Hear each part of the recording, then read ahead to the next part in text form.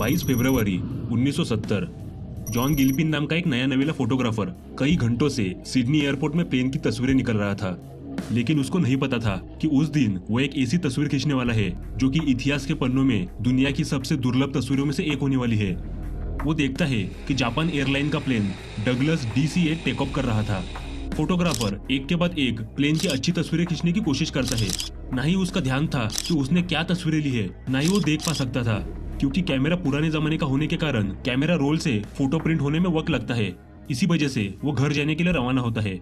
एक हफ्ते बाद जब फोटोज प्रिंट होके आती है तब वो फोटो चेक करना शुरू कर देता है और एक फोटो देख के उसके होश ही उड़ जाते हैं। वो देखता है कि एक बंदा चलते प्लेन से नीचे गिर रहा था। ये बंदा था 14 साल का केथ सैप्सफोर्ड, सिडनी ऑस्ट्रेलिया का रहने वाला। केथ बचपन से ही बहुत शरारती था। पढ़ाई लिखाई में उसका मन ही नहीं लगता था और उसको दुनिया घूमने का बहुत शौक था। इसी वजह से उसकी फैमिली उसको विदेश घुमाने ले जाती है, ये सोच के कि इसके बाद शायद वो शरारतें कम करे। लेकिन विदेश घूम के आने के बाद उसकी शैतानियां तो और भी बढ़ने लगी और उसकी इन्हीं हरकतों से परेशान होकर उसके माता पिता केथ को एक कैथलिक बोर्डिंग स्कूल में भेज देते हैं। एक ऐसा बोर्डिंग स्कूल जो कैथ जैसे शैतान बच्चों को डिसिप्लिन सिखाकर सरल कर सके। और ये चीज 14 साल के कैथ को बिल्कुल मंजूर नहीं थी।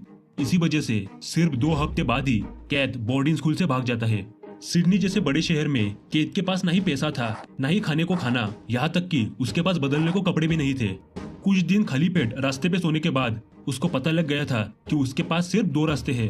पहला, अपने माता पिता के पास जाके माफी मांगना और अपनी शरारतें कम करना। लेकिन अगर उन्होंने माफ नहीं किया तो वो उसको फिर से बोर्डिंग स्कूल भेज देंगे और ऊपर से डांट पड़ेगी वो अलग। इसी वजह से वो दूसरा रास्ता आजमाता है और वो था अपने दुनिया घूमने का सपना पूरा करना। लेकिन बगैर पैसों के ये कैसे होगा? तभी केथ को याद आता है उसके पिता ने उसको स्पेन के एक बच्चे के बारे में बताया था जो कि प्लेन के पहियों को पकड़कर दूसरे देश जाने की कोशिश कर रहा था। लेकिन वो बच्चा पहिए को ठीक से पकड़ नहीं पाया और गिर के उसकी मौत हो गई। लेकिन केथ ने तय किया कि वो पहियों को पकड़ने की बजाय जहाँ पे पहिए रखने का कंपार्टमेंट होता है वहाँ से सफर तय करेगा।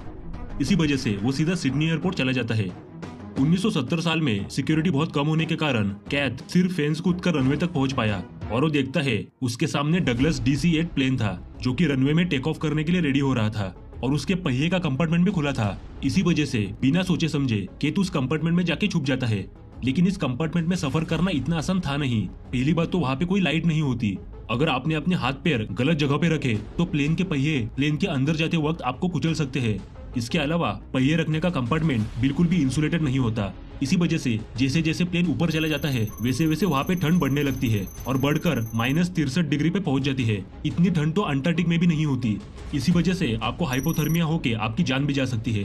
इसके अलावा ऊंचाई पे कम ऑक्सीजन होने के बदौलत इंसान बेहोश हो जाता है और प्लेन टेक ऑफ करने के बाद से लैंड होने तक आप ज्यादातर वक्त होश में ही नहीं रहते। इतना ही नहीं, पहिए का कंपार्टमेंट इंजन के पास होने की वजह से आपको हर वक्त जोर से जेट इंजन की आवाज सुनाई देती है। ये इतना जोरदार होता है कि आप उससे बहरे भी हो सकते हो। इतनी सारी समस्या होने के बावजूद केथ अपने दुनिया घूमने की जुनून को नहीं रोक पाया।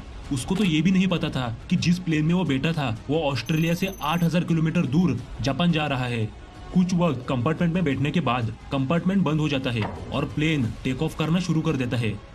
केथ को लगने लगा कि उसका प्लान कामयाब हो गया। लेकिन जैसे ही प्लेन थोड़ा सा ऊपर जाने लगा वैसे ही वहाँ पे ठंड बढ़ने लगी। केथ ने सिर्फ कपड़ों के नाम पे टी-शर्ट्स और शॉर्ट्स पहने थे तो वो ठंड से कांपने लगा। लेकिन ये तो सिर्फ शुरुआत थी। एक बहुत ही बड़ी प्रॉब्लम उसका इंतजार कर रही थी। प्लेन ऊपर जाते ही प्लेन के पहिए प्लेन के अंदर जाने के लिए पायलट पहिए का कंपार्टमेंट फिर से खोलता है और केथ को ये चीज पता ही नहीं थी। जैसे ही कंपार्टमेंट का दरवाजा खुलता है केथ 200 फीट की ऊंचाई से और 300 किलोमीटर की रफ्तार से नीचे गिरता है। और ये चीज जाने अनजाने फोटोग्राफर जॉन गिलपिन अपने कैमरे में कैद करता है। केथ की तो एयरपोर्ट पे ही ऑन दी स्पॉट मौत हो जाती है। केथ के पिता का कहना था, मेरा बेटा सिर्फ दुनिया देखना चाहता था। भले ही वो शरारती था लेकिन बाकी दुनिया कैसे रहती है ये देखने के उसके दृढ़ संकल्प ने उसकी जान ले ली। अगर केथ प्लेन से नीचे भी नहीं गिरता तो भी हाइपोथर्मिया और कम ऑक्सीजन की वजह से उसकी मौत हो जाती। और आज तक के इतिहास में 128 लोगों ने यह हरकत करने की कोशिश की है लेकिन सिर्फ 23 लोग ही अपना सफर पूरा कर पाए और वो भी कुछ दिन हॉस्पिटल में गुजरने के बाद।